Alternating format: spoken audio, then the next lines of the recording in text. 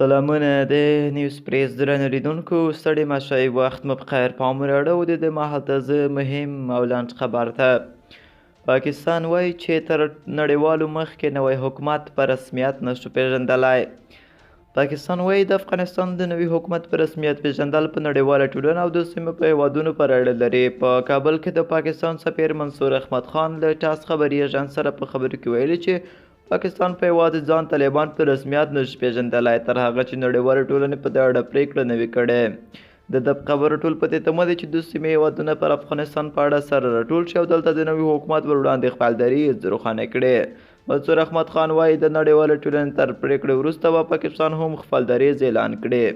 پاکستاني لوري ویلي تر هغه د دې چارې امکان نشته چې